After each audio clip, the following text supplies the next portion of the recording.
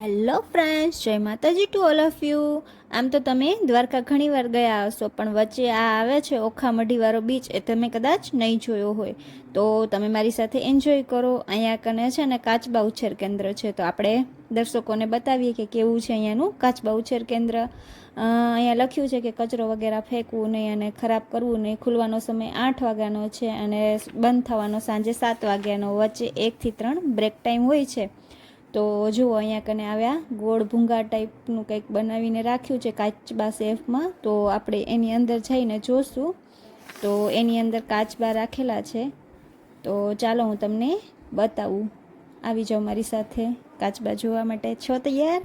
અંદર નાના નાના ટર્ટલ્સ છે. તો કાચબા વિશેની પૂરી માહિતી અહીંયા આપવામાં આવેલી છે.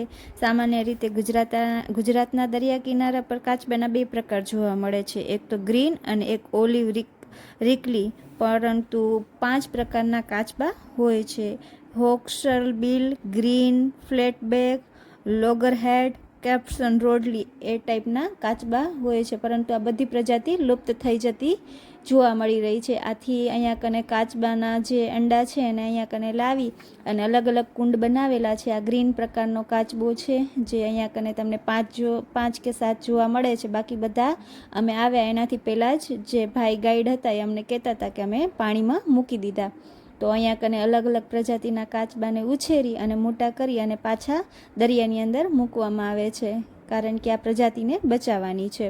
તો અમે તો ખૂબ એન્જોય કર્યું, આના વિશે ખૂબ સારી માહિતી પ્રાપ્ત કરી. પરંતુ તમે જો આના વિશે પ્રોજેક્ટ બનાવવા ઈચ્છતા હોય અથવા તમારે લાઈવ જોવું હોય તો અહીંયા કને ચોક્કસથી આવજો. અહીંયા ઓખામઢી કરીને બીચ છે, જ્યાં તમને લાઈફ ગાર્ડ કે એવું તો કાંઈ નહીં મળે, પરંતુ જો એન્જોય કરવા ઈચ્છતા હો તો ચોક્કસથી આ જગ્યાએ આવજો.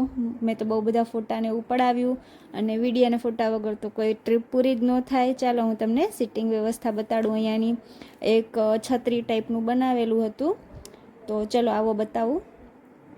અહીંયા કને તમે બેસીને એન્જોય કરી શકો છો તમારી ટ્રીપને, અને ફોટા પાડી શકો છો. શાંત મજાનો બીચ છે, જરાય આમ ઘૂઘવાટા મારતો કે તોફાની બીચ નથી.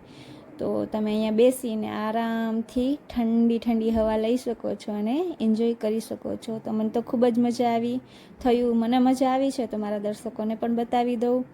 તો જો તમે દ્વારકા જતા હોય તો વચ્ચે આ જગ્યા આવશે તો તમે પણ અહીંયાની મુલાકાત ચોક્કસથી લેજો. Bye bye to all.